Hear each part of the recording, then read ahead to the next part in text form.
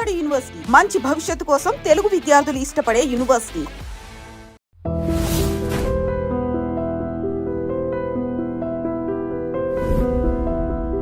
అంటే ఒక్క మాటలో చెప్పాలంటే బాలసుబ్రహ్మణ్యం గారు మిమ్మల్ని సంగీతం గారిని కోఆర్డినేట్ చేయడం, అటు ప్రసాద్ గారితో మాట్లాడి బాలకృష్ణ గారిని కన్విన్స్ చేయడం, ఈ మీటింగ్ మొత్తం అందరినీ ఒకే తాటి మీదకి తీసుకొచ్చింది బాలసుబ్రహ్మణ్యం గారు. అందుకనే బాలు అంకుల్ ది ప్రెజెన్స్ అని వేశాను ఆయన సమర్పణలో అని సినిమా పడుతుంది. అంకుల్ మీ పేరు వేసుకుంటున్నాను ఎందుకే అని అంటే లేదు అంకుల్ ప్రజెంట్స్ వేసుకుంటాను మీది అని. సరే వేసుకో అయితే. ఆయన కన్విక్షన్ ని మీరందరూ నమ్మారు ఒక రకంగా చెప్పాలంటే. అలాంటి స్టార్ట్ అయిన ఆ ప్రయాణం మేడం. ఆ తర్వాత మెల్లిమెల్లిగా ముందు పిసి శ్రీరామ్ వచ్చాడు. శ్రీరామ్ తర్వాత కొన్ని కారణాల వల్ల, అంటే ఇన్ని కారణాలంటే దీంట్లో చెప్పుకోలేని వెళ్ళావు. అతనికి ఏదో కిడ్నీలో స్టోన్ పడి ఒక 2-3 నెలలు అన్నప్పుడు తనే విఎస్ఆర్ స్వామి గారికి ఫోన్ చేసి, పీరియడ్ ఫిల్మ్కి విఎస్ఆర్ స్వామి చాలా బాగుంటాడు, అప్పుడు సింహాసనం కొన్ని హిస్టారికల్ చేశాడు. ఆయన 300-400 ఫిల్మ్స్ చేసిన సీనియర్ మోస్ట్ కదా. మోసగాడు కూడా కెమెరామెన్ ఆయనే, సింగింగ్ విఎస్ఆర్ స్వామి. దర్బార్లు అప్పుడు లారీ డ్రైవర్ ప్యారలల్గా జరుగుతుంది ఆయనది. మన ఏది బాలకృష్ణ గారిది, స్వామి గారిది పెట్టడం. ఆయనే ఫోన్ చేసి చేయండి నేను వచ్చి జాయిన్ అవుతాన్నాడు. ఆ తర్వాత అతను మణిరత్న సినిమాలోనూ దేంట్లోనో ఉండటం వలన మేము కబీర్లాల్ వచ్చాం. ఈ రకంగా ఒక 3 పెద్ద కెమెరామెన్లు, ఒక పిసి శ్రీరామ్, ఒక కబీర్లాల్, ఒక విఎస్ఆర్ స్వామి గారు, అంటే past future. Exactly past present future 3 tenses కి సరిపడా 3 శ్రీరామ్, పాస్ట్ విఎస్ఆర్ స్వామి గారు, ఫ్యూచర్ కబీర్లాల్ గారు, 3 చేశారు. ఇవన్నిటికంటే అంటే ఈచ్ టైం సెగ్మెంట్ కి ఒక కెమెరామ్యాన్ అయితే సూట్ అవుతారు అన్నది మీ ఆలోచన? అట్టనే లేదండి. మన పిసి శ్రీరామ్ గారు ఇప్పుడు నాకు హెల్త్ ఇష్యూ వచ్చింది కాబట్టి స్వామి గారు బాగుంటుందని స్వామి గారిని పెట్టేశారు. స్వామి గారితో మాకు దర్బార్ మ్యాటర్ ఒక 8 షెడ్యూల్స్ పట్టింది మేడం. అక్కడ మాకు ఇంకా అది it took a long time. By that time ఈ ఏజ్ ఆ దొంగ ఏదో దాంట్లోకి వెళ్ళిపోయాడు అతను. దొంగ సారీ తిరుడా అని తమిళ్ ఫిల్మ్, దాంట్లోకి వెళ్ళిపోయాడు ఇతను. ఎవరు? పిసి శ్రీరామ్. కాబట్టి 3 కెమెరామెన్ అంటే ఈయన సజెస్ట్ చేశారు మన డైరెక్టర్ గారు, కబీర్లాల్ బాగుంటాడు అని చెప్పి అతను తీసుకురావటం చాలా అద్భుతం, ఫ్యూచర్లో అక్కడి నుంచి చేయటం అంది. కాబట్టి ఇది టోటల్గా మాకు ఒక 120 days పట్టింది. ఒక 11 months అంటే అనుకున్నాం. ఇప్పుడు అది అంత క్రితం, ఇప్పుడు ఆ టైంలో అన్ని సినిమాలు 3 to 4 months మ్యాక్స్ ఎవరిదైనా సరే. అది ఒక 4 months 5 months వరకు వెళ్తుంది అనుకున్నది. It took a long time because of the Darbar. ఇది వీటని మనతో దీంతో పాటు ఇళయరాజా రావటం. నేను కొంచెం బాలంకులు చిన్నోడు పెద్దోడు చేశాడు. 2వ సినిమా మళ్ళీ ఏదైతే బాలంకుల్ ద్వారా వచ్చిన ఈ కథలో బాలంకులు నేను ఎవరు చేస్తే బాగుండదేమో, సంగీత గారే మాట్లాడరు. సరే అని చెప్పి నేను బాలుగారితో, అంకుల్ మరి మ్యూజిక్ మీరే కదా 2వ సినిమా కూడా నాకు హిట్ కూడా ఇచ్చారు అని చెప్పండి. నేనంటే మ్యూజిక్ ఆయన ఆల్రెడీ మ్యూజిక్ చేస్తున్నాడు, బోల్డ్ సినిమాలు చేస్తున్నాడు. అప్పుడే ఆయన మ్యూజిక్ ఇష్టం, మ్యూజిక్ డైరెక్టర్గా చేయాలని ఇష్టం. ఈ సినిమాకి వద్దు అన్నాడు. మరి ఇళయరాజానయ్య రాజానే నేను ఆడతా కానీ రాజాకి ఫోన్ చేసి చెప్పేసి మ్యూజిక్ ని కూడా ఆయనే కోఆర్డినేట్ చేశారు. రాజా కూడా ఆయన వచ్చేసారు. డైలాగ్స్ ఎవరు? అప్పుడు ఎన్ని సినిమాలు జరుగుతుంది తెలుసా? 5 సినిమాలు జరుగుతున్నాయి. నాకు ఆల్రెడీ చిన్నోడు పెద్దోడు పోర్ట్రేట్ రాయించుకున్నా జంజాల్ గారితో. జంజాల్ గారి చేత డైలాగ్స్, జంజాల్ గారును సంగీత గారిని కలిపాము. అది ఒకటే సినిమా వాడు చేసింది. జంజాల్ గారు నేను ఎందుకు రాయను బాలు, బ్రహ్మాండంగా రాస్తాను. జంజాల్ గారిని కూడా బాలు గారే మాట్లాడారు. నాకు జంజాల్ గారు ఆ సినిమా బ్యాక్ బోన్ ఒక థ్రెడ్ అంటే మాత్రం అది బాలసుబ్రహ్మణ్యం గారే అండి. చాలా అద్భుతం అది. అలాంటి ఒక క్లాసిక్ ఫిల్మ్ ని ఇప్పుడు మళ్ళీ రిలీజ్ చేయాలి అన్న థాట్ ఎలా స్టార్ట్ అయింది? చెప్తాను మేడం. ఇలా మనం కొంతమంది చెప్పుకుంటున్నాం కాబట్టి వరుసలో పేకెట్ రంగా గారు ఆర్ట్ ఎంత మీకు తెలుసు. అతను కన్నడలో రాజ్ కుమార్ వీళ్ళతో ఈ టీంతో వాళ్ళిద్దరికీ అనుబంధం ఎక్కువ. రాజ్ కుమార్ సినిమాలు ఎక్కువ చేశారు. సంగీతం శ్రీనివాసరావు గారు అక్కడ దర్బార్లో పేకెట్ శివరాం గారు అబ్బాయి, పెద్ద అబ్బాయి, అతను బాగుంటాడంటే ఆయన దాని మీద ఆయన కూర్చుని స్కెచ్లు వేసుకుంటూ దానిది. అందులో పర్టికులర్గా కృష్ణదేవరాయ పీరియడ్లోకి కృష్ణదేవరాయ ఆయనకి కిరీటాలు కానించి అది ఇంకా బాలకృష్ణ గారు దాంట్లో దిగిన తర్వాత ఇంకా ఆయన వేరే లెవెల్ నెక్స్ట్ లెవెల్ అన్నీ తెప్పించుకుంటూ నాన్నగారి సినిమాలో నుండి చూస్తూ అవన్నీ ఆయన కూడా ఇన్వాల్వ్ అయ్యి ఇన్ని రకరకాలైన ఇదితో సమిష్టి కృషితో స్టార్ట్ అయిన ఆ సినిమా ఇవాటికి మీరు అన్నట్టుగా రిలీజ్ వరకు వచ్చింది. అది ఐఎమ్ వెరీ హ్యాపీ. ఎందుకంటే ఇది నేను 4-5 సంవత్సరాలుగా ఈ మధ్యన రిలీజ్ కల్చర్ స్టార్ట్ అయ్యి ఒక 4-5 ఇయర్స్ అయింది. నేను ట్రై చేస్తున్నా, ప్రింట్ దొరకలేదు, నెగిటివ్ లేకపోవటం, ప్రింట్ మాత్రం దొరుకుతుందని చెప్పి ట్రై చేస్తున్నాను. ఆ ప్రింట్లో ఇప్పుడు మొన్న దొరికింది నాకు ఒక 7-8 months బ్యాక్. అప్పుడు దొరికిన తర్వాత నేను అది మెల్లగా దాన్ని ప్రాసెస్ చేసుకుంటూ వస్తున్నాను. ప్రాసెస్ చేస్తే బాగా వచ్చింది, హాయిగా తృప్తిగా అనిపించింది. తర్వాత రాత్రి మేము రెడ్ ఫిలిం ఫెస్టివల్, వాళ్ళది రెడ్ లారీ ఫిలిం ఫెస్టివల్ జరిగింది, దాంట్లో వేశారు. రాత్రి 7:30కి జరిగేది. అందరూ ఎవ్రీవన్ ఈజ్ ఎక్స్ట్రీమ్లీ హ్యాపీ. బయటకు వచ్చి నాతో చాలాసేపు ఇంటరాక్ట్ అయ్యారు. And I'm very happy and proud to release the film. It's not like a regular film, it's a classic. Everyone has to do see the film in the theatres. Music కూడా 5.1 చేసాం. మళ్ళీ రాజా గారి music ఇప్పుడు 5.1 వింటే అందరికీ తెలుస్తుంది.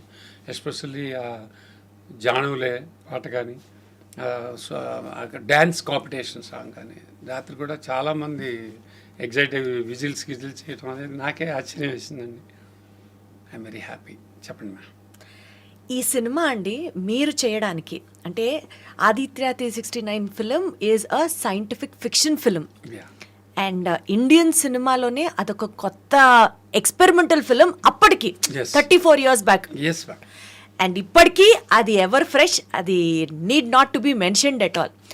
ఆ టైంలో బాలకృష్ణ గారు ఈ సినిమా చేయడానికి ఒప్పుకోవడం ఒక పెద్ద టాస్క్. అంటే మీరు ఆ టైంలో ఒక్క సినిమానే చేశారు, this will be a next film. Aditya 369 it will be second film. ఇంత పెద్ద ప్రాజెక్టు అప్పట్లో ఒక సినిమానే చేశారు కాబట్టి మిమ్మల్ని చిన్న నిర్మాత అనుకుంటూనే బాలకృష్ణ గారు యాక్సెప్ట్ చేయడం, ఇంత పెద్ద పెద్ద టీం ఉన్న క్రూ ఉన్న వాళ్ళందరూ మీకు అలైన్ అవ్వడం, డూ యూ థింక్ ఇది ఫిలసాఫికల్గా అలైన్ అయిన ఫిలిం అని నమ్ముతారా మీరు? 100% మేడం, నేను ఎప్పుడు దానికే నమ్ముతా.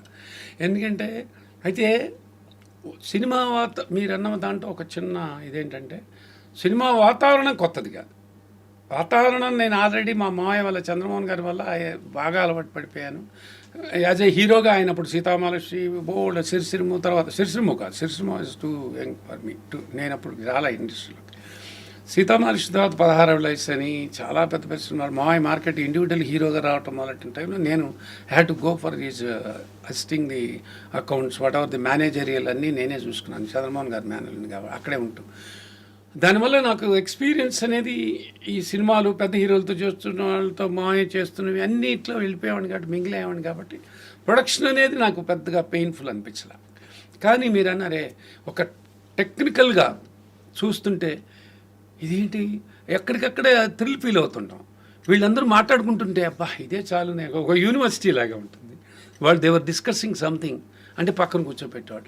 ద మోస్ట్ అంటే ఇప్పుడు ఆ వాతావరణం ఉందో లేదో నాకు తెలియదు మేడం. ఎందుకంటే నాకు ఉందో లేదో అని తెలియదు అంటే ఇది తప్పించుకోవటం కాదు. నేను ఇప్పుడున్న పేరున్న డైరెక్టర్లు, అంటే గొప్ప పేరున్న డైరెక్టర్లు, వాళ్ళతో నేను ట్రావెల్ అవ్వలేదు కాబట్టి, అంటే వాళ్ళు నాకు సినిమా చేయకపోవటం, నేను వాళ్ళకి సినిమా అడగకపోవటం జరిగి ఉంటుంది కాబట్టి ఇప్పుడు తెలియదు. కానీ ఆ ఇన్వాల్వ్ చేయటం, జంజాల్ గారు డైలాగ్ రాయగానే కృష్ణ ఒకసారి చదువుకోవాలని అంటూ డైరెక్టర్ ముందే ఇచ్చేవాళ్ళు. అది ఇవాళ కల్చర్లో జరగదు మేడం. సరే ఇది ఎలా ఉంటుంది, డైరెక్టర్ని అక్కడ పెట్టుకుని ఈ డైలాగ్ ఇలా అనొచ్చు సార్ జంజాల్ గారు అంటుంటే, ఏం డైరెక్టర్ గారు అంటుంటే ఇది అంటే ప్రొడ్యూసర్ని కూడా ఈక్వల్గా సినిమాలో ఇన్వాల్వ్ చేయడం అన్నమాట. ఆ వండర్స్ అన్నీ ఎంజాయ్ చేశాను నేను. అయితే ఇప్పుడున్న కాలానికి తగ్గట్టుగాను ఉంటున్నాం అనుకో, ఎందుకంటే ఉండాలంటే మరి అది తప్పదు. అంటే ఎస్టర్ ఇయర్స్ని ఫిలిం ప్రొడ్యూస్ చేసిన ప్రొడ్యూసర్స్లో మీరున్నారు, ఇప్పటికీ మీరు సినిమాలు చేస్తున్నారు. సో ఇప్పటి తరం వాళ్ళతో కొంచెం కొలాబరేట్ అవుతూ మాట్లాడే అంశాలని నెక్స్ట్ హాఫ్లో మాట్లాడుకుందాం. ఆదిత్య 369ని మాత్రమే ఫోకస్ చేస్తూ మాట్లాడితే, బాలకృష్ణ గారి ఆయన ఆహార్యం దగ్గర నుంచి, ఆయన వాక్చాతుర్యం దగ్గర నుంచి, ఆయన నటనా నైపుణ్యం దగ్గర నుంచి ఇన్ని ఎలిమెంట్స్ మాట్లాడుతూ వెళ్తే అనండి, అన్ని కామాలు చెప్పుకుంటూ వెళ్ళాలి. బికాజ్ ఆయన ఈ సినిమాకి ఇచ్చినటువంటి ఇన్వాల్వ్మెంట్, ఎంత డెడికేటెడ్గా, every dialogue is like a masterpiece లాగా, ఎస్పెషల్లీ కృష్ణదేవరాయల గారి లాగా ఆయన చేయడం. ఎలాంటి ఎక్స్ట్రా కేర్ తీసుకునేవారండి ఆయన ఈ క్యారెక్టర్ కోసం? పెర్ఫార్మెన్స్ అంటే ముందు ముఖ్యంగా మీరు అన్నారే, ఆయన 100% ఆయన ఆహార్యం అంటే ఆ గెటప్ని ఫస్ట్ ఆ గెటప్కి వచ్చేటప్పటికి ఆ బాధ్యతగా నాన్నగారు చేసిన క్యారెక్టర్స్ నేను ఒక ఛాలెంజింగ్గా వెళ్తున్నాను, ఎక్కడ అది మిస్ కాకూడదు. నేను దానికి ఒక్క 1% కూడా తగ్గానా నేను ఓడిపోయినట్టే అనేతో చాలా టెన్షన్ పడేవాళ్ళు. దానికోసం ఒక గంటల తరబడి మేకప్లు కాదు, తెచ్చుకునేవన్నీ ఒక్కొక్కసారి రిఫరెన్స్ల విషయంలో చాలా స్ట్రెయిన్ తీసుకున్నారు బాలకృష్ణ గారు. అంటే డైరెక్టర్ గారికి అంటూ ఒక ఐడియా ఉంటుంది, ఆర్ట్ డైరెక్టర్కి వాళ్ళతో ట్రావెల్ అవుతుంటారు, ఒక కెమెరామెన్కి ఇది ఓకేనా, ఇది ఏమన్నా మీకు వేరే కెమెరాలో ఎలా ఉంటుంది అనేది అవి చెప్పడం అనేది ప్రతి డైరెక్టర్ తీసుకునేదే. ట్రావెలింగ్లో ఆర్ట్ డైరెక్టర్తో కూర్చొని చేసుకునే వర్కే. But in addition to this ఈయన అవుట్పుట్లు తీసుకురావటం, ఇది డైరెక్టర్ గారు ఇది ఎట్లా ఉంటుంది, ఇది ఓకేనా మీకు చూసుకోండి అని అంటాం. అంత దాంట్లోనే అంత స్ట్రైన్ తీసుకుని మిగతా సినిమాల్లో అప్పట్లో ఆయన చేస్తున్న కమర్షియల్ సినిమాలకి ఇవేం ఒక్కలా ఇలా చేసామా వచ్చామా అంతే. దీనికి మాత్రం అంత శ్రద్ధ, పర్టికులర్గా డైలాగ్ విషయంలో kapటప్పటికి ఆ మోతాదు ఎక్కడ మీకు కృష్ణదేవరాయ చూస్తుంటే మీకు ఈవెన్ ఈ హీరో ఈయనైనా ముద్దుల మావయ్యలు చేసింది, ఈయనైనా లారీ డ్రైవరు, బ్లాక్ బస్టర్ అమ్మా. December 21, 1990 రిలీజ్ అయింది, నాది July 18, 91 రిలీజ్ అయింది. అసలు ఆ ఎమోషనల్ డ్రైవ్, ఆ డైలాగ్స్, అట్లాంటి దాంట్లో అలాంటివి. ఈ మనిషి ఇక్కడికి వచ్చేప్పటికి subtle, even other character also, we're talking about only Krishnadevaraya, the other character also చాలా స్మూత్గా, చాలా ఇదిగా ఉంటుంది. డైరెక్టర్ గారు ఆయన డైరెక్టర్స్ మనిషి, ఒక్కసారి సెట్కి వస్తే ఆయన డైరెక్టర్ గారు ఏం చెప్తే అది చేసి వెళ్ళటమే. మీకు కూడా బాలకృష్ణ గారు అంటే ఒక ప్రత్యేకమైన ప్రేమ అభిమానం అంట కదా, 4 సినిమాలు చేసినప్పటికీ కూడా ఒక సొంత ఫ్యామిలీ 100% అమ్మా. బాలకృష్ణ గారు నన్ను నమ్మి నాకు నిజంగా 4 చిత్రాలు ఇవ్వటం. ఇప్పుడు బాలు గారు ఒకటే గుర్తుపెట్టుకోండి, బాలు గారు లాంటి వాడు నాకు ఇంత గొప్ప సినిమాను ఆపర్చునిటీ ఇచ్చిన తర్వాత, if I'm not right, if I'm not balanced, అందుట్లో బాలకృష్ణ గారితో అప్పుడు మళ్ళీ తర్వాత కంటిన్యూ అవుతుందిగా, థ్యాంక్స్ ఈ మంచి హిట్ సినిమా చేసామని అక్కడితోనే ఇదైండేది. కంటిన్యూ చేశారంటే మళ్ళీ వంశానికి ఒకటి ఇచ్చారు, అది మంచి సక్సెస్ఫుల్ సినిమా. తర్వాత మళ్ళీ బలివాడి బాస్ చేశాను. అన్ఫార్చునేట్లీ యాక్చువల్లీ ఆ చాయిస్, డైరెక్టర్ చాయిస్ ఆయన చెప్పిన దానికి వెళ్ళి ఉంటే కూడా బీనే డిఫరెంట్. మిత్రుడు ఒకటి చేశాను, అది మళ్ళీ బ్యాలెన్స్డ్గా ఉంటుంది. దాంట్లో ఏదో ఒక ఎమోషన్ తగ్గింది కాబట్టి పెద్దగా అది ఆయన అర్థం చేసుకోవడం. బట్ నాకు కంటిన్యూస్గా సినిమాలు ఇచ్చారు ఆయన. అంటే 4 సినిమాల్లో 2 బ్లాక్ బస్టర్స్, 2 నేను బలివాడి బాస్లోనే ఎక్కువ తప్పు చేశాను. మిత్రుడి విషయంలో ఆ ఎమోషన్ సరిపోలేదని అంటారు, కానీ మిత్రుడు చూసిన వాళ్ళందరూ ఎవరు అనరు, మంచి సినిమా అంటారు. అయితే ఫార్చునేట్లీ నా అదృష్టం ఏంటంటే మేడం, నేను మిగతా సినిమాలు మిగతా హీరోలతో చేసే అవకాశం రాలేకపోయటం అనేది కాదు, మనకంటూ ఒకటి రాసి పెట్టి ఉండాలంటారమ్మా. ఆ అదృష్టం ఏంటంటే నాకు, నేను ఎప్పుడు అది అనుకుంటా, చిరంజీవి గారు హాయిగా మాట్లాడతారు నాతో, హాయిగా ఆయనతో యాజ్ ఎ ఫీజ్ ఆయన ఏదో ఆయన ప్రొడ్యూసర్ లాగా మాతో ఆ రెస్పెక్ట్ ఇస్తారు. వెంకటేష్ అంటారా, నాగార్జున గారు అంటారా, వాళ్ళతో నేను ఎక్కువ ట్రావెల్ అయ్యాను కూడా. సినిమాలు జరగకపోవటానికి కారణాలు వేరే ఉండొచ్చు, అంటే ఆ టైంలో మనకు వర్కౌట్ అవటం అనేది కావాలి, అన్ని బోల్డ్ ఉంటాయి. ఇర్రెస్పెక్టివ్ ఆఫ్ ద రిజల్ట్ మీకు బాలకృష్ణ గారికి ఎప్పుడు ర్యాపో బాగుండిందా? ఇప్పుడు కూడా అది ఫర్ ఎవర్. రిలీజ్ కి సంబంధించి ఆయనతో అడ్వైజులు తీసుకుంటూ ఉంటారా, ఆయనతో లేదమ్మా. ఏం చేశానంటే, నేను ప్రింట్ దొరికిన తర్వాత స్టార్ట్ చేసే వర్క్, ఇది కరెక్ట్గా వస్తేనే బాగుంది అనిపించుకుని, ఏది అంటే ఇవాళ మనం మళ్ళీ రిలీజ్ చేస్తున్నామంటే, ఒక ప్రింట్ని డిజిటలైజ్ చేస్తున్నామంటే దానికి ఆ స్థాయి ఉండాలి, అది కనపడాలి. మళ్ళీ ఆన్ స్క్రీన్లోకి వచ్చేటప్పటికి ఏంట్రా ఇలా కనపడుతుంది అన్నట్టుగా అనిపించుకోకూడదు, అది నాకు భయం. ప్రసాద్ చెన్నై వాళ్ళు చేశారు, అది చేస్తుంటే వాళ్ళ ప్రసాద్ కార్పొరేషన్ చెన్నై, మన ప్రసాద్ ల్యాబే అది, వాళ్ళందరూ చేసి నాకట్ట కాదు సార్, నాకు అప్పుడప్పుడు టెస్టింగ్లు పంపించండి అని హైదరాబాద్కి వాళ్ళు టెస్టింగ్లు పంపించి ఇది బాగా, ఇది కొంచెం బ్లూ ఎక్కువ, ఇట్లాంటివన్నీ చేసి there is a lot of redo exercise for this. 6 months అయింది. నేను అనౌన్స్ కూడా చేయలేదమ్మా, ఎందుకంటే అప్పుడు బాలకృష్ణ గారికి చెప్పాను, బాబు ఇట్లా ఈ ప్రింట్ దొరికింది, నేను చేశాను, కాపీ వచ్చినప్పుడు మీకు చూపిస్తాను. ఓకే, అంటే టెక్నికల్గా ఆల్రెడీ షూట్ అయిపోయి రిలీజ్ అయిపోయి హిట్ అయిపోయిన సినిమాకి కూడా రిలీజ్ చేయాలంటే చాలా వర్క్ ఉంటుందా సార్? అంటే డిజిటలైజ్ చేయాలిగా. ఇప్పుడు ప్రింట్ అనేది లేదు కదమ్మా, మేమేదో ప్రింట్లు ఆడిన ప్రింట్లు వర్షాలు వచ్చినట్టు ఉంటాయి, గీతలు పడిపోయి ఉంటాయి, సౌండ్ పోయి ఉంటుంది, ఇవన్నిటిని మ్యాచ్ చేసుకుంటూ రావాలి. ఒరిజినల్ సౌండ్ ఏమో రికార్డింగ్ థియేటర్స్లో ఉండేవన్నీ ఇప్పుడు ఆ టేపులన్నీ లేవు, ఎవరికి వాళ్ళే అవి దాచిపెట్టుకోవాలి మేము. మా అన్ఫార్చునేట్లీ వీటి వాల్యూ తెలియకపోవటం ఉంటారు. అది ఇప్పుడు అవన్నీ వాటిలో తెచ్చి మళ్ళీ ఒక దాంట్లో తీసుకొచ్చి వాళ్ళంతా అది కష్టపడి చేశారు, బాగుంది ఇది చూపించవచ్చు అన్నప్పుడు బాలకృష్ణ గారికి అప్పుడు బాబు ఇట్లా ఇది అయింది, మనం సినిమా చూద్దాం, చూసిన తర్వాత డిసైడ్ చేద్దాం రిలీజ్ చేద్దాం లేదని. ఎందుకంటే ల్యాబ్ వరల్డ్ మేము వర్క్ చేసాం సార్, అదిరిపోయింది సార్ అని అనొచ్చు. బికాజ్ వాళ్ళు బోల్డెన్ సినిమాలు చేస్తున్నారు, దే ఆర్ అది ఎక్స్పర్ట్స్. ఒక ప్రొడ్యూసర్గా మీకున్న బాధ్యత. ఆయన దగ్గర కూడా ప్రజెంట్ చేయాలంటే కూడా నేను భయపడతాను. ఎందుకంటే